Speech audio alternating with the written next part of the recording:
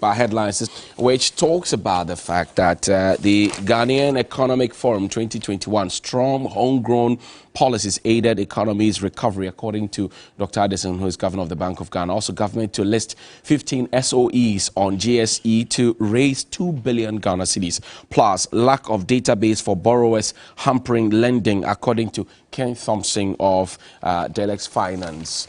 Let's check out what's on the next newspaper there.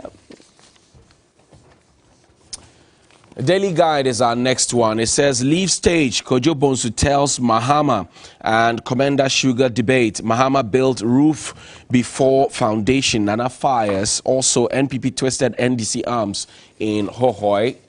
The next one will be the BNFT. They find a newspaper, I beg your pardon. Ghana School of Law admissions agreed 499 candidates appeal to president. Also, soldiers demanded 50,000 Ghana cedis to embark on coup, according to a witness, and scrap nuisance taxes on petroleum products to stabilize fuel prices, the NDC says. Also, GMPC ARCA deal offers good value, due diligence-driven valuation to inform actual purchase price, Dr. Sapon, and sugar factory without sugarcane plantation is bad planning, Akufo-Addo says so. The Ghanaian Times is next. It says, Commander Sugar Factory work starts next year. President, 15 QNet officials remanded in police custody in Kofridia. Ghana Health Service alarmed at increase in hypertension, diabetes cases or diseases in the Greater Accra region. Also adopt policy guideline for recruitment of school feeding caterers, CAG, to government. That's what we have there by way of front page stories. Let me find out one, the Daily Statement.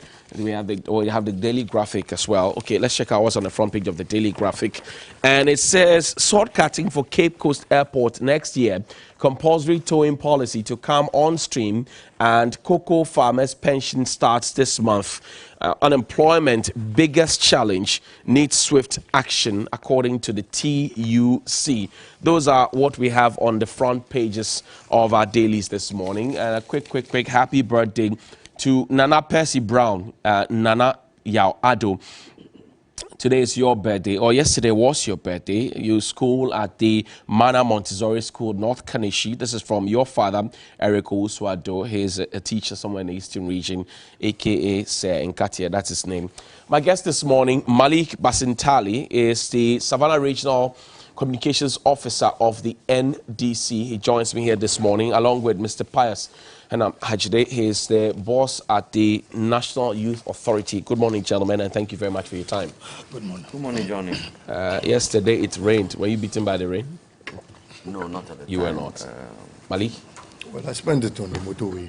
Okay. I was returning from Tema, so there was huge traffic. I think there was a mini accident there where cars somersaulted. And so it caused a lot of traffic there. I spent it. The portions of the motorway got so wet that you would have to only take your time, because you end up splashing water on others and even damaging your car bonnets.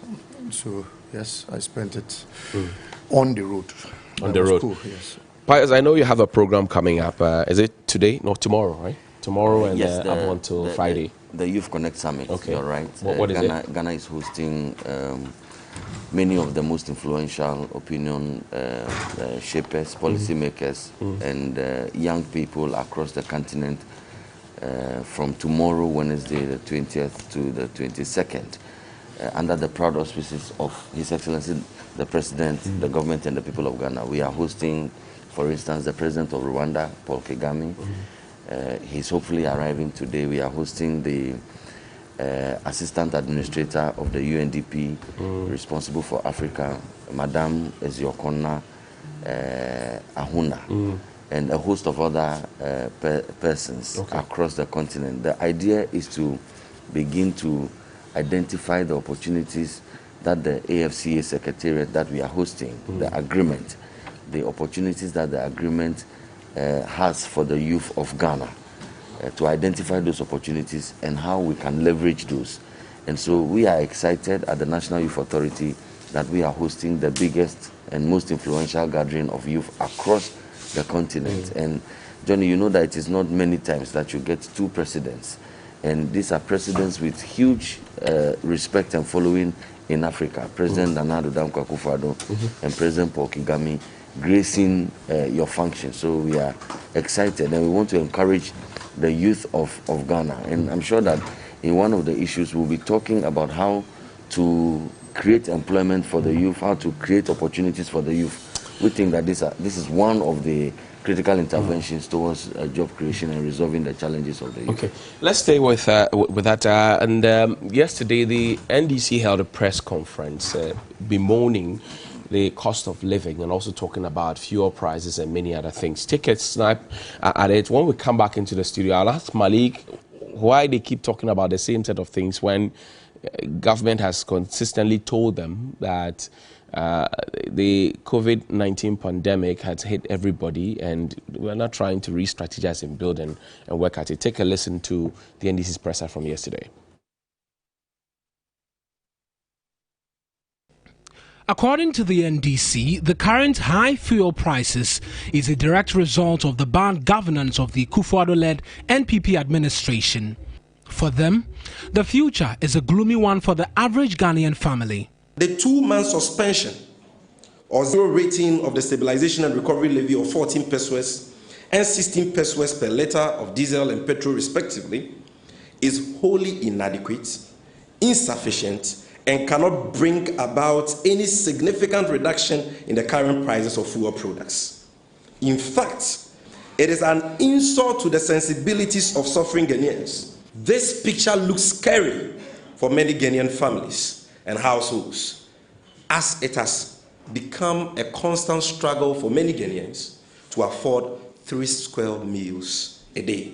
They want all taxes on petroleum products in the 2021 budget scrapped. We therefore wish to call on the Akufo-Addo-Bawumia NPP government to, as a matter of urgency, scrap the special petroleum tax of 46 pesos on a litre of diesel and petrol. In the same vein, we call on government to scrap the newly introduced taxes on fuel products, such as the energy sector levies of 20 pesos on a litre of diesel and petrol, and the new sanitation levy, boiler tax, of 10 pesos on a litre of diesel and petrol, as saying is totally needless. For the NDC, a failure to heed the advice will only result in higher cost of living.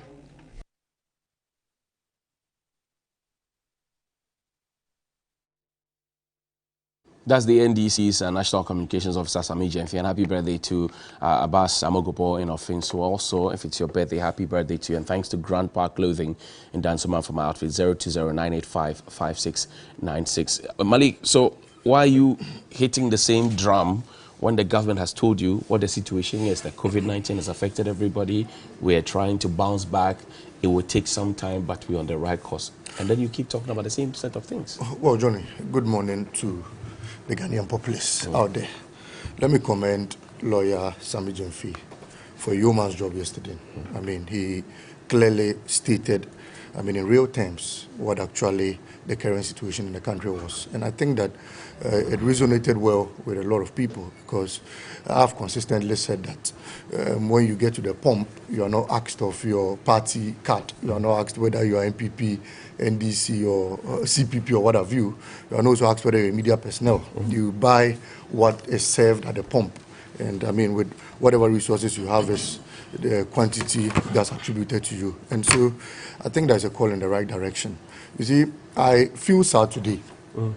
I mean, very regrettably unfortunate that we have to discuss, I mean, the high rise of petroleum prices under the watch of a man. In fact, the vice president who woke up on the 1st of May, 2015, to say that the cost of petroleum at that time was so high. And so, I mean, the government of the day was so insensitive, and he felt very sad for the Ghanaian populace. That's in person of Dr. Bawumia.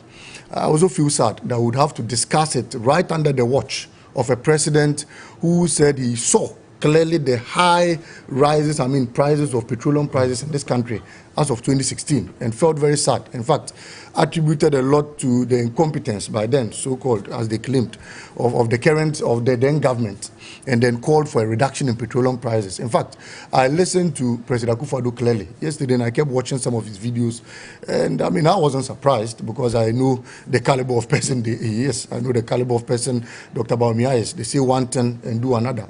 President Akufo-Addo at Teshie promised them, told the drivers that upon assumption of office, they were going to reduce fuel prices drastically. And so yesterday's presser was on three folds. The first one had to do with the lies.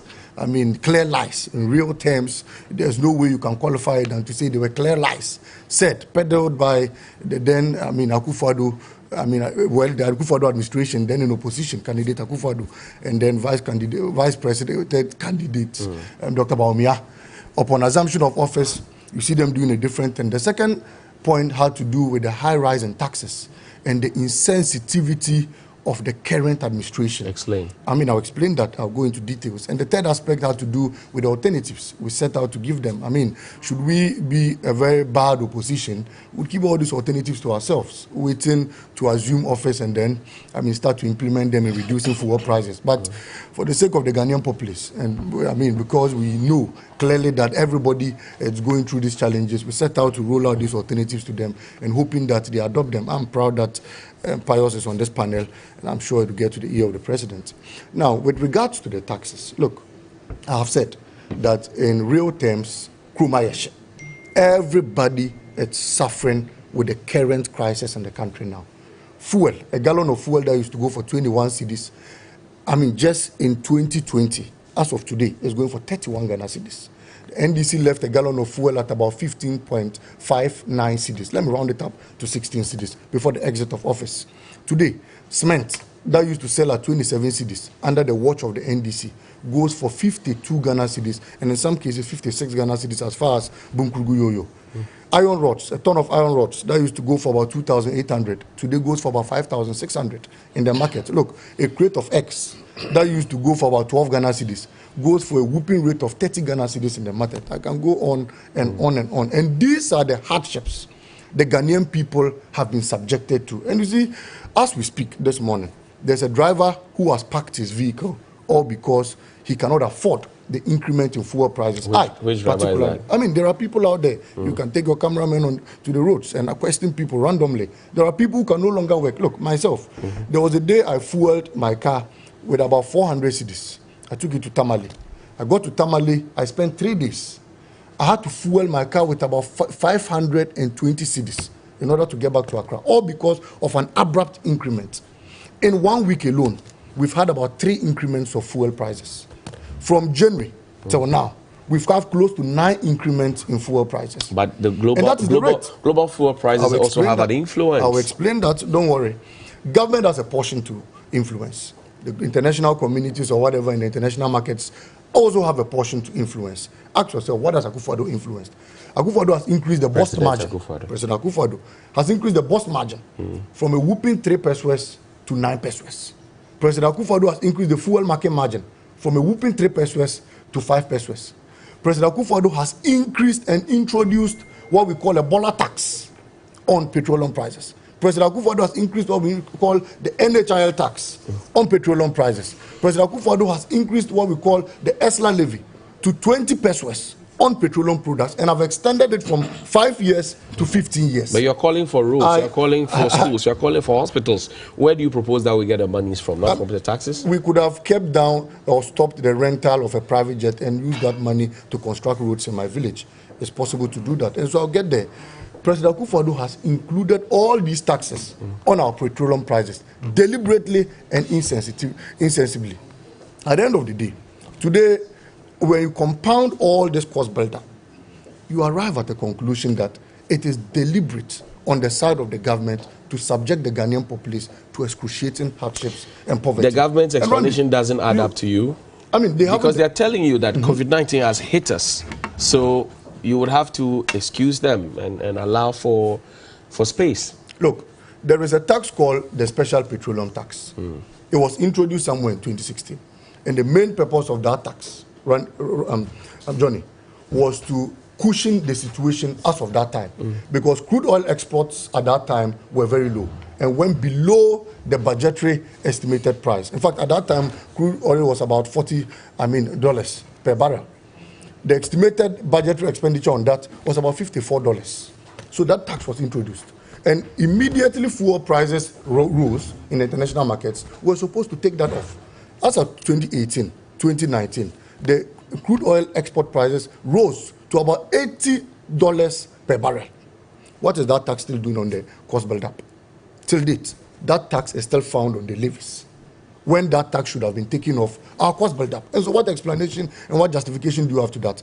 The stabilization fund levy, for example, was introduced. And I hear them mention the deregulation and what have you. Was introduced to cushion the economy anytime we went into petroleum crisis. Now, if you compound all those monies and you get to a point where you have so much revenue coming in from your petroleum corridors, what do? You implement that tax, right? And use it to cushion the Ghanaian citizenry.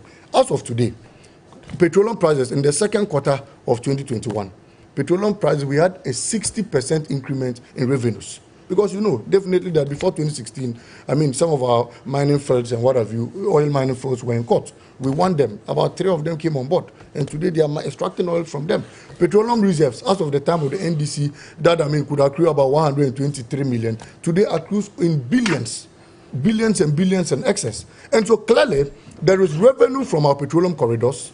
There is money coming in. There is money sitting somewhere in the stabilization fund that's supposed to be used to cushion us. But President Akufo-Addo decides that no, I won't use all these things. I would rather compound and increase the taxes so that petroleum prices go up. And then we push it to the drivers and the consumer. And you see, that's so simplistic to say, isn't it? I have stated the components of our price build-up. And I have given you avenues where we could temper with. In fact, as of today, there's a bola tax on petroleum prices. Tell me what that bola tax is being used for.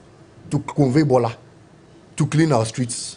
Clearly, you sit down, you ask yourself why these things are still on the cost build-up. As of today, I have stated clearly the special petroleum tax. What is this still doing there? Because petroleum reserves and the crude oil export prices are high today at over $80 per barrel. So what is that component still doing there? As of today, look, the bust margin has been increased from 3 pesos to 9 pesos. Tell me the new bus sites that have been kept in place. Tell me the cleansing and what have you that has been going on. And you say all these are affecting the cost of living of Ghanaians? Because these are in Ghana cedis. These are in monetary terms. These are build-ups that add on to our petroleum components. If you take off the 10 pesos bola tax on petroleum reserves, and you take off the money of on the special petroleum tax, and then you implement and put our stabilization levy into use at this particular point in time, people will be buying fuel at lower rates, and then we enjoy it for some time, at least to a point in time where we also feel that, yes, at this point in time, let us increase prices, and then we all go through it. Because look, Johnny, it is not only President Akufo-Addo who was affected by COVID-19. We felt the impact because we were on the grounds. Right after it, the man who led us into it, you see him flying private jets all around, bathing in the skies, whining and dining, living like an Arabian king. Watching cinema, relaxing and going for meetings. And then at the end of the day, he comes to tell us that we should take the burden because we've just left a period of COVID-19. I hear you. It's clearly not unfair to the Ghanaian citizens. And so, look, I feel that as of now, President Akufo-Addo is deliberately pinching the Ghanaian populace. Dr. Bawumia is deliberately pushing on the burden to the Ghanaian populace. And probably they feel that, yes, this is my last term in office, and so I do not give a damn about the Ghanaian populace any longer. Thank you. Pius, so the NDC clearly is not happy about all the efforts that the government is putting in place. They say you are overtaxing the people and you are not showing the people compassion and empathy. And they say you are not doing enough. Is that the case? Well, thank you very much, Johnny. Good morning to you, my colleague, and to the cherished viewers of TV3. But Johnny, are you surprised? You shouldn't be. What do you expect from a political party that is desperate to win power for the sake of it? The history of the NDC is well known. We are discussing petroleum prices. The whole concept of deregulation, the genesis is from the NDC. And what is the concept of deregulation of the petroleum sector? It is that when the world market forces determine the price, you should respond in the manner in which the world market forces are acting. That is the whole idea. And they brought deregulation. today they have made more than 360 to now complain about the implementation of their own vision. This is a political party that is not consistent even in their own articulation of their vision. Because at the end of the day, as far as the NDC is concerned, as far as Mr. Mahama is concerned, as far as my brother Sami Gyamfi is concerned, it is about do anything, say anything, so that you get into power. But my pain is that if the NDC even benefited the people of Ghana when they are in power, and they have been in power for the longest of time, they have been in power. If they had impacted meaningfully, or if they do impact meaningfully the lives of Ghanaians, and that is why they want to come back to power, I could even indulge them.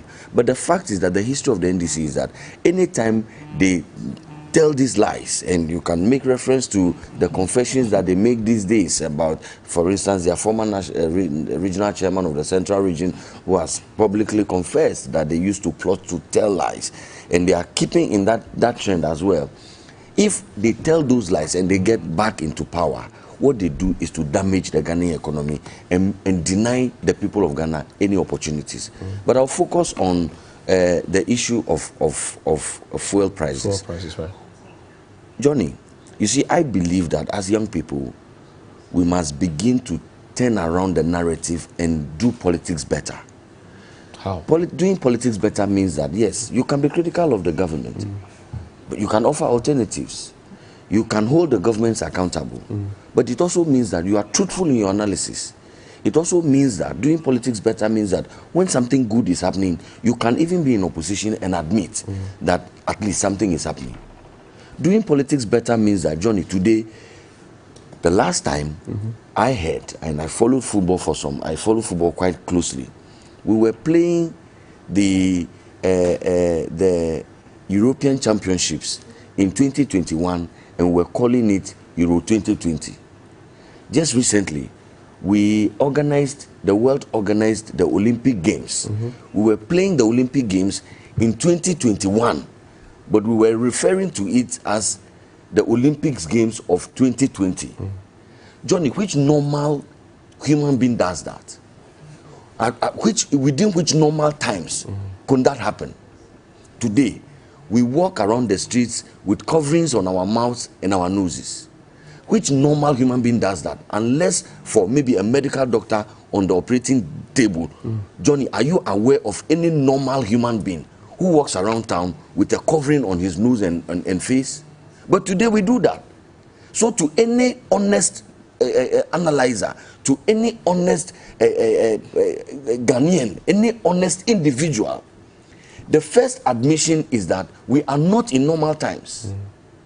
And so when people try to underrate the impact of COVID-19, I get scandalized. It tells you that these are people who are not honest to themselves. They are working. I'll deal with it. But how do you put the two together? I mean, I agree, COVID-19 has hit us.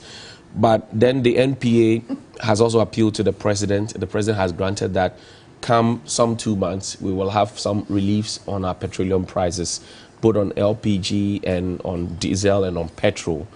These are some of the things he's talking about. That's the taxes on the petroleum products are too many.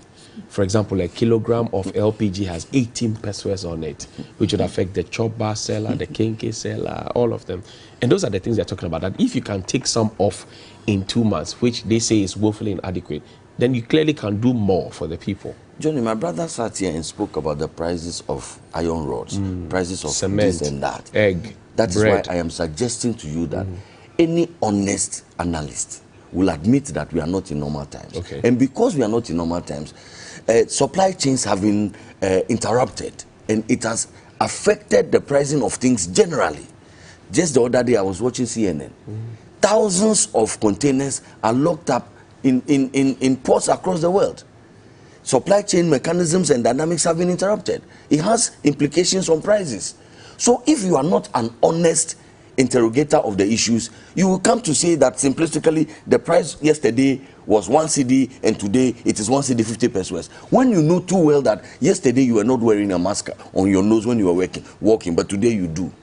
And I'm surprised that the NDC has the guts and they feel they have the moral authority to talk to the people of Ghana about price increases. The fuel that we are talking about, it was selling at around 3 cedis by the time they took over. Mr. Mahama and Co. took over. From 3 cedis, where was it when Akufo-Addo took over? You do the discounting and see within the 5 years that the NDC was in power, compare it to the first 5 years of this MPP, and you will see in percentage terms who has increased fuel the most. They say this year alone you have done 9 increases. But I'm saying that if you set up a deregulated environment, we have to respond. Why are they saying that we should not act according to the law? Is the NDC now suggesting that we should not act according to the law? Your exchange rate, your cedi is weak before the dollar. Yes. You are importing more finished products. So it will obviously make your burden heavier. Johnny, you are even going to make the NDC's case worse about exchange rates.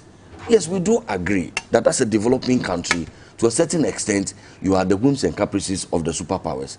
And so from time to time, there are movements in your exchange rate regime. But comparative analysis between the NPP and the NDC. But that's why, you see, when it's difficult for me to do this comparison, because as far as I'm concerned, the NDC cannot and should not be the benchmark for us in the NPP. But when you give them the opportunity to talk like this, then I am compelled to want to react. We want to talk about the management of the exchange rate regime. Our performance is far, far, far better, even within the limitations of COVID, compared to the NDC. So I admit, nobody demonstrate it for me. Johnny, you know the figures. No, I want you to demonstrate. You know the figures. You can do the discounting and do the averages. The 4 years that the NDC was in power, or the 8 years that Mr. Mahama was in power. Compare it to, I've looked at the figures, don't come to mind readily, but these are matters of public knowledge. Anybody takes a mobile phone now, can Google, the results are out there. I do admit that indeed times are hard. But it cannot be because of what Malik says, that a president and a vice president and a government and a political party have decided to impose hardships. Can you imagine when there was doomsday in this country for 4 long years? Did the NDC decide to impose hardship on the people of Ghana? When fuel prices continued to go up from 3 cedis, by their analogy, are they saying that the NDC chose deliberately to impose hardships on the people of Ghana? I think that we should discuss the fundamental issues. Which are? Which are that, for instance, you are saying that there is a Bola tax which should be removed. Right. Then you turn around to say that Ghana is filthy and dirty and that we should clean it. I agree with you. If the Bola tax goes off, the price of petrol will come down, at least by some 10 pesos. No problem with that. So yes, we are looking for a downtrend in prices. So then I turn around and ask you, so how then do we take care of the situation on the other side that you have complained about, which is that the filter around, which has health implications, which has implications even on tourism, which can then rake in more revenue. So if you say that you are simplistic and narrow-minded in your view, you look at the pricing of petroleum. So you say we should take out the Bola tax, what you call the Bola tax, okay, the sanitation levy that has been improved. They tell me the Bola tax, no problem. I'm saying that if they say we should take that, the prices will come down 10 pesos or something thereabout. So how do we deal with the problem of the fields? Then he goes on and does the simplistic populist politics of a president flying a chartered plane. But Nana Akufo-Addo does not fly chartered planes out of wish. He flies them out of need. What need? The need to convey the president of Ghana on long hauls. The need because at the time that we fly these planes, the plane that is available is either technically unfit or unavailable to be used. If you say we are not in normal times and you are slapping more taxes on the people, and the people do not have the normal channels, like you say, of distribution and all of that, to raking money to be able to fulfill those tax obligations, and so then you keep pressing them, you are not being fair to the people. Then the more reason why you actually need to take steps to get the people out of the quagmire. You cannot build yourself into an island and not interact with the rest of the world. When the president travels, for instance, the COVID vaccines that we need so that we can reach herd immunity and we can then open up and build back better. When he travels, he brings back results. And I'm saying that the president, when he travels and he has the need to go out and get a private jet, he gets those private jets out of need, not out of wish. We have £15,000 per hour for a plane. If we aggregate the funds, we could have bought COVID vaccines. No, you couldn't have. You couldn't have bought COVID vaccines. You would have. You couldn't have bought them. It's simply. The figures that even the fake figures that the NDC throws out cannot buy you the kind of vaccines that Akufo-Addo gets for free when he goes and he doesn't go necessarily for the vaccines. These are only for, side benefits on his travels. So Johnny, quickly wrap up for me. We'll have just one minute of rebuttal and we'll move on. In wrapping up, I've said that the NDC can speak. The people of Ghana are also speaking. But importantly, we have a president that is sensitive. He admits that because we are not in normal times, even though government needs the revenue, okay, 54% of our tax revenue, the things that he's talking about, we use it to pay Ghanaian workers. 54% of the tax revenue that we make in Ghana, we use to pay Ghanaian workers. They want those revenues to pay Ghanaian workers to be reduced, the NDC. That's what they want. Now, they still want the roads. And we are building the roads. We are building the schools. We are doing free SHS. We are paying allowances. There's no more doom, so there's stability in power. We are doing all of this within the limitations of COVID. Okay. The NDC couldn't do that. Thank you. But we hear them. Thank you very much. Even before this, I'll give you a 1 minute. I beg you. We need to move on. I'll give you a 1 minute. Take your 1 minute, and I'll give Pius, and we'll move on because we have to switch the topics. Johnny, I'm totally surprised on the tangent my brother has chosen to, delve on. Clearly, before the introduction of Bola tax, weren't there sanitation workers working on our streets? Weren't there people cleaning our streets and emptying our dustbins on a daily basis? Before the introduction of sanitation tax.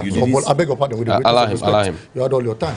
Weren't things like that ongoing in the country? So what has changed? Where from that 10 pesos? What has changed in the country as of today? So clearly that's preposterous, and it's surprising that my brother will keep rigmarole rolling and will not land on a point. I wanted to hear him say that we have reduced petroleum prices. That is what the Ghanaian populace are interested in.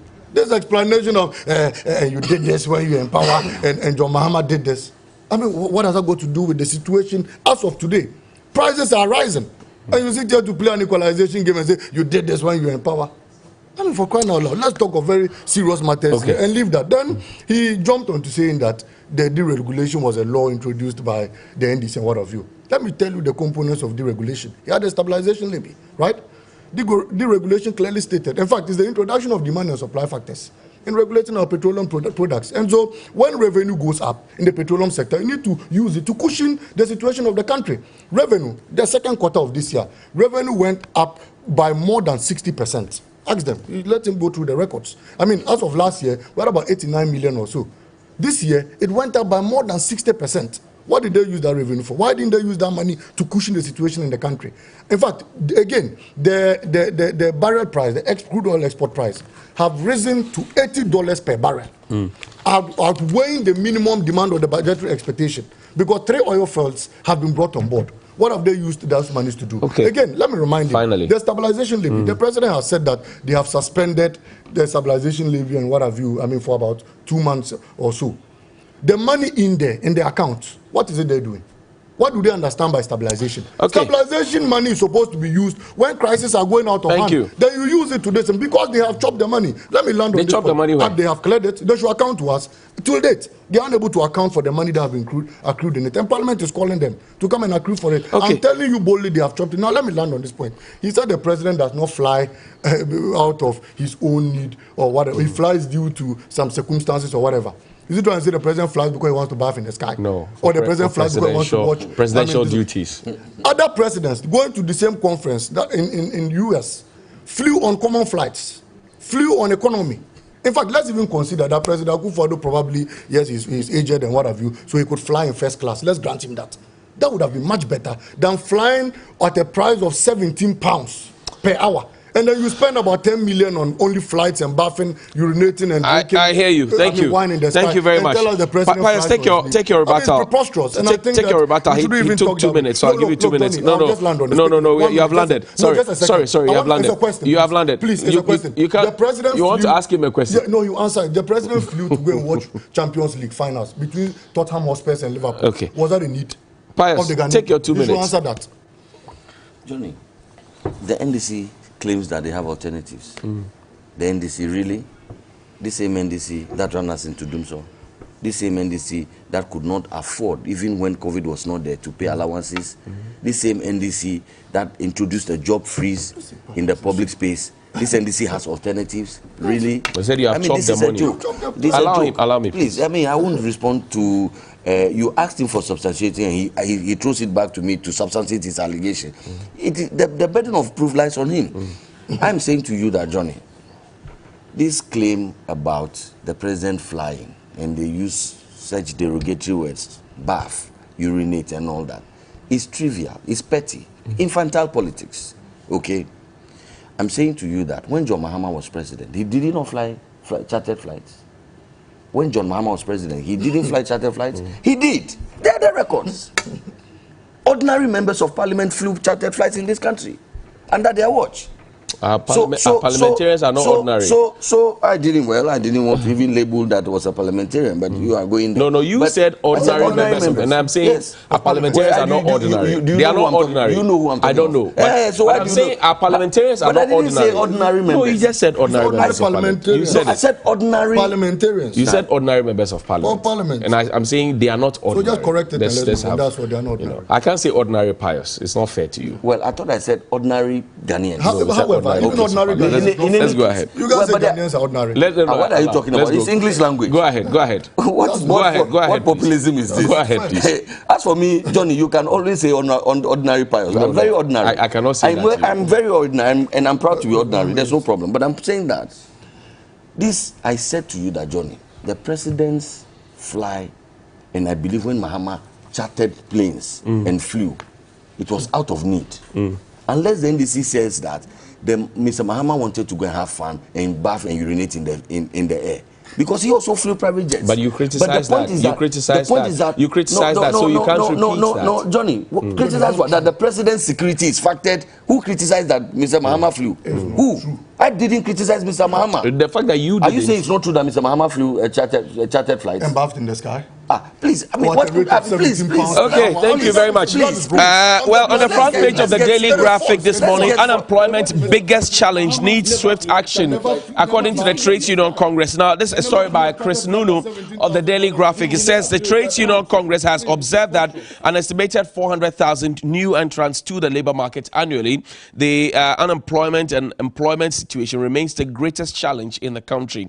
It corroborated the position of the analysts who have said that the joblessness among young people in the country is a time bomb and is bound to explode in a matter of time if nothing immediate is done about it. The labor union said it was for this reason that it had supported direct government intervention that offered jobs, particularly to young people in priority sectors of the economy. Well, so yesterday, Mr. Kenneth Ofori-Atta was been speaking. There's a brief story, and then we'll come back and discuss the unemployment issues. NAPCO guys is ending this month. National service guys are out there, teachers who are waiting for jobs, doctors and nurses, all of them. We'll come back to have that conversation. So the future for you with regards to jobs, of course, is the most important thing at this stage. We have gone through a period where most people look for jobs with government, etc. That payroll is full. I can tell you that because we are spending some 60% of our revenue on remunerating some 650,000 people, and that's not sustainable. The question then really is whether UPSA has trained you to be entrepreneurs. And your question will be, where will I get the financing from, etc. But you do and you have the skill set to be able to do what you have to do. Our responsibility as government is to create the environment of macro stability, currency stability, and ensure that you have access to the relevant skills and financing.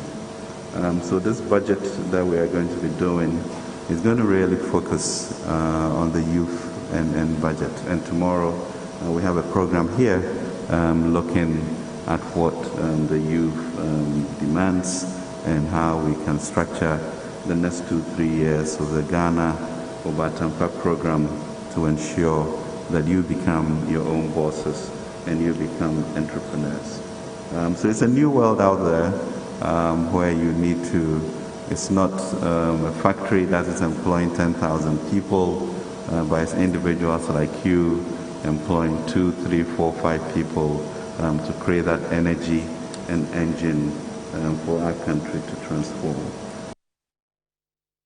That's our Finance Minister, Mr. Ken Ofori-Atta, yesterday at the University of Professional Studies here in Accra. Guys, last week we started a bit of this conversation. Now, the Finance Minister says what the guys are saying on the streets, a choke. The government payroll is choked. But the NAPCO guys have also said that they were promised jobs, permanent jobs. Now that we know that the system is choked, what's there for them? Well, thank you very much, Johnny. This is an important matter. And I invite all of us to look at it dispassionately. I hope that our colleagues in the NDC do not toe their line of doing partisan politics, because youth unemployment is a development issue for us. Youth unemployment is even a security issue for us. And so we must discuss these matters dispassionately.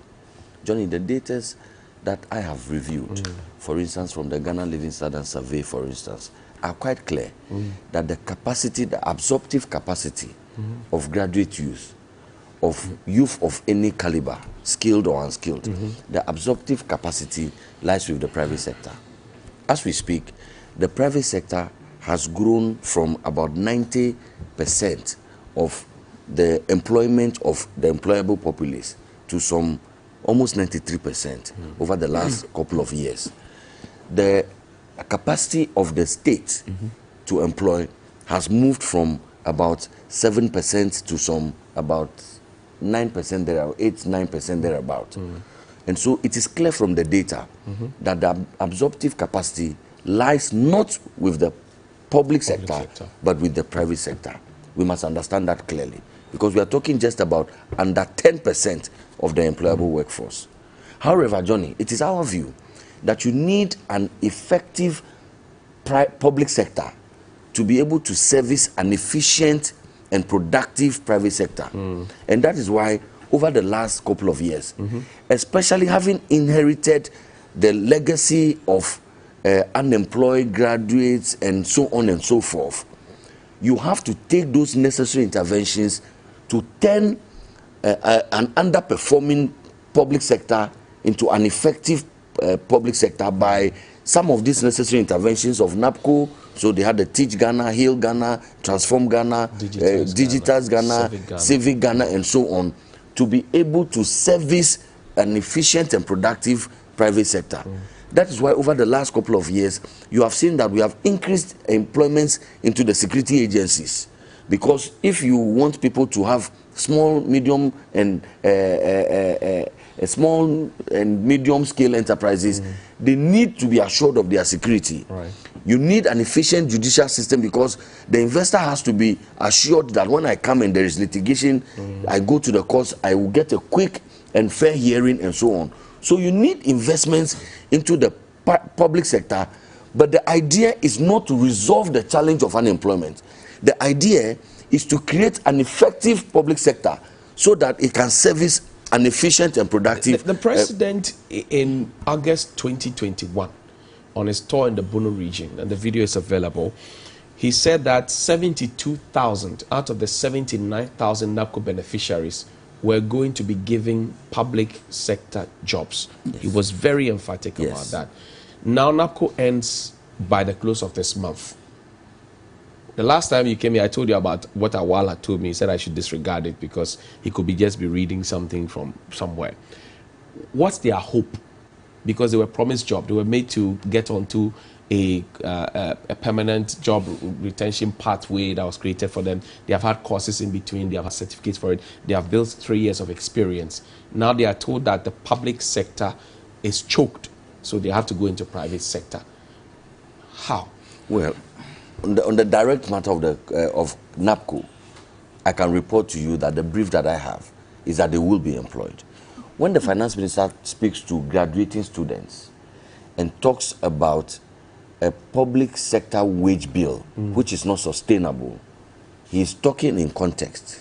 Which context? It does not mean that governments will not recruit people into the nobody, that the state will not recruit anybody into the public space. That cannot be true. Really? No, it cannot be. What did he mean when he said the place is choked? But I'm saying that he says that it is about the sustainability of the wage bill, that we are paying 60% of tax revenue goes into payment of emoluments. That is unsustainable to any honest observer of and student of economics. It's not sustainable.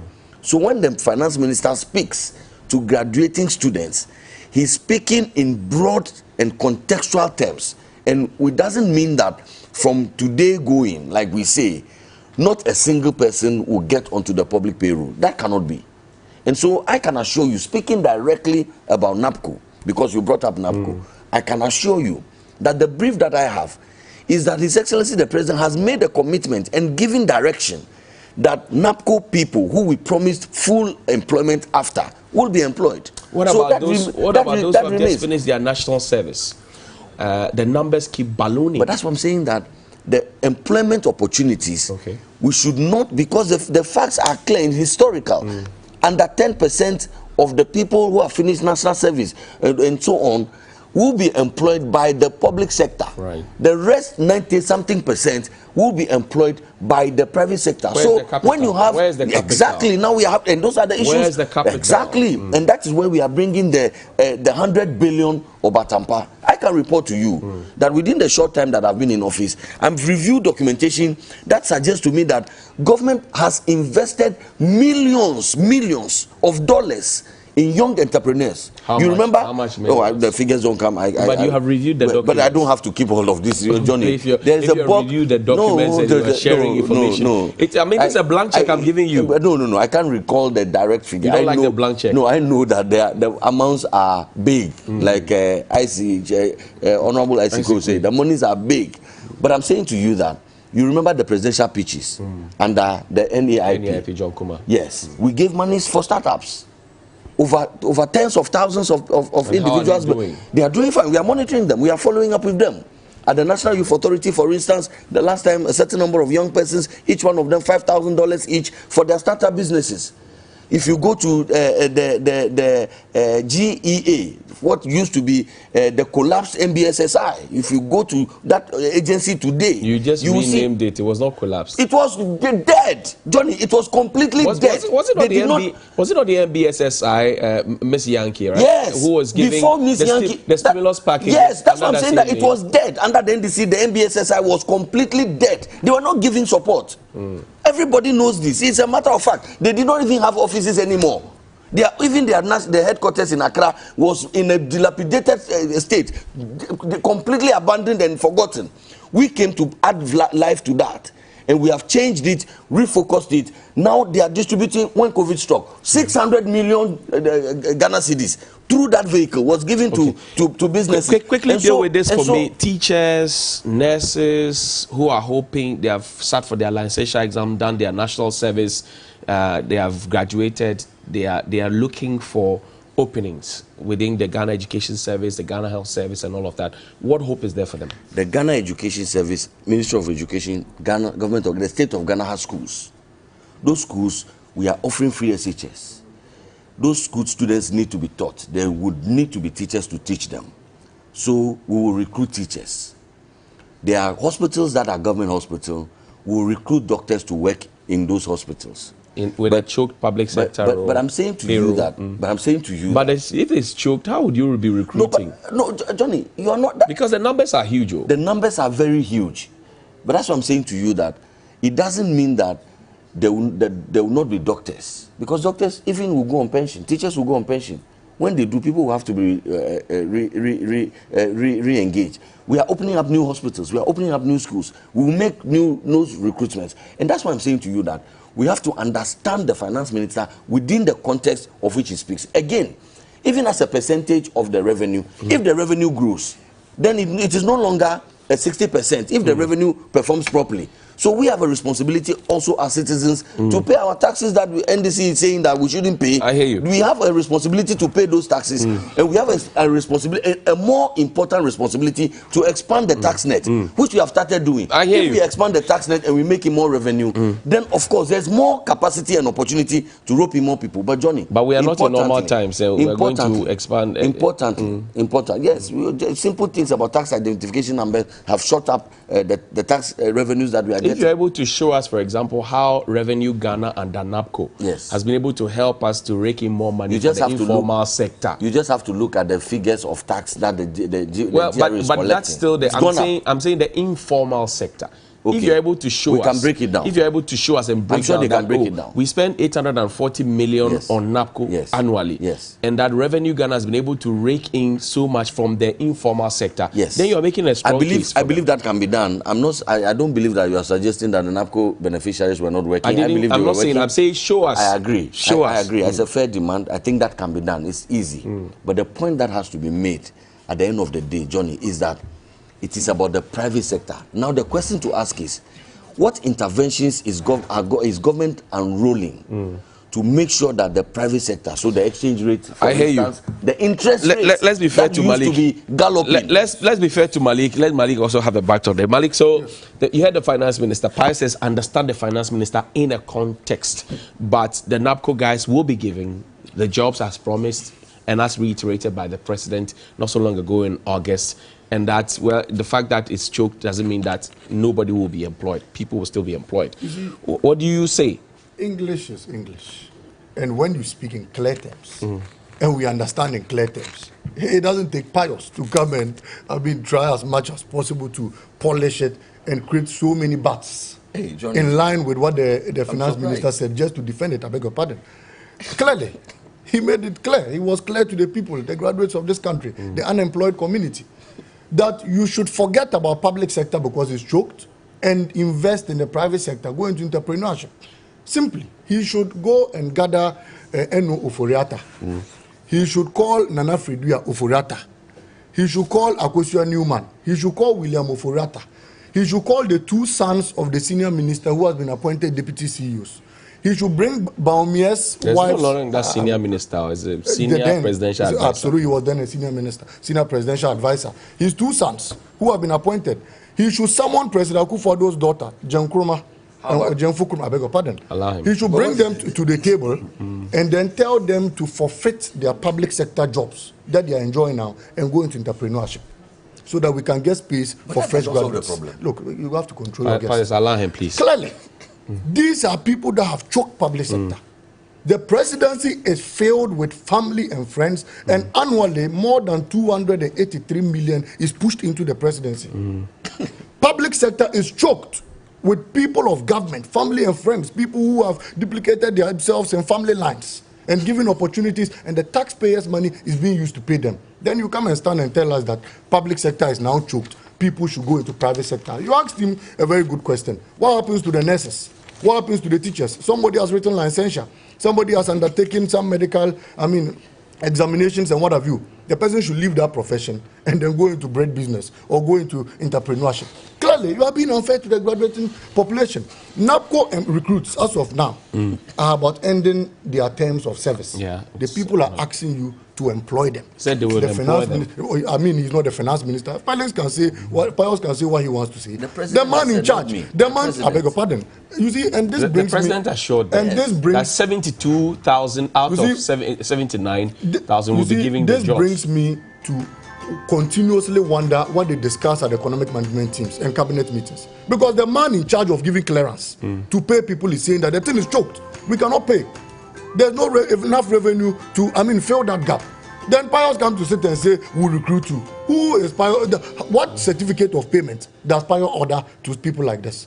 Clearly, the people have deceived the people. He's the boss of the NYA. And does he authorize payments? But Johnny, you said is he the one that pays people? Yeah, the so president. clearly, the finance minister has told us that it is choked. But the they can no longer recruit. The president. Look, fundamentally, all I am saying is that look, the Akufo-Addo-Bawumia-led government have failed the graduating population. They have failed to provide jobs to the graduating population. In this particular election, they promised to recruit more than 1 million people. Till date, not a single sector. And I dare ask I hear you. to tell me one single avenue they have created that has recruited a single soul in this country. I hear you. Thank you. Malik Bassing Tale. The people have squandered money. They have employed their family members. Malik Bassing Tale is the Savannah Regional Communications Officer of the NDC, and also Pius Enam Hajide is the director at the National Youth Authority.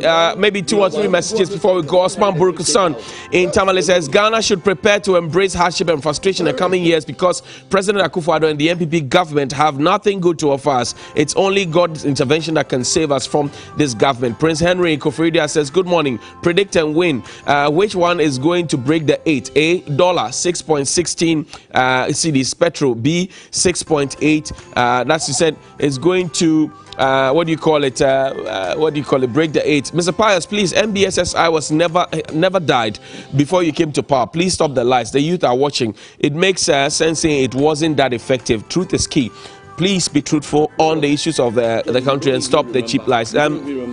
Please tell Pius Ghanaians are disappointed in the MPP government because they are not doing anything, because they promised to do better than the NDC. They failed in total. I blame Pius because he doesn't pay for anything. I'm not sure that's fair to Pius to say he doesn't pay for anything. But thank you very much indeed for coming. Anyway, grateful. A few messages here.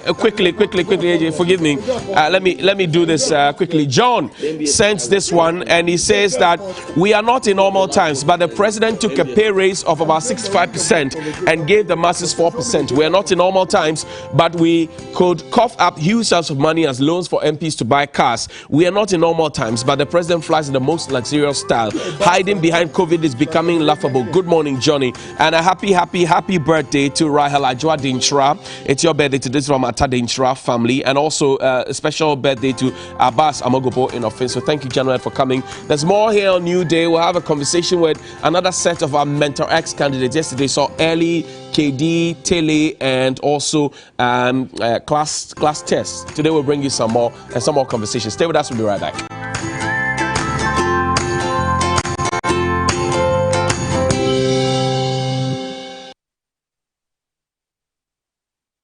Hello viewers, I'm feeling very frustrated and bored in Sambulai. I'm very happy. If you don't understand,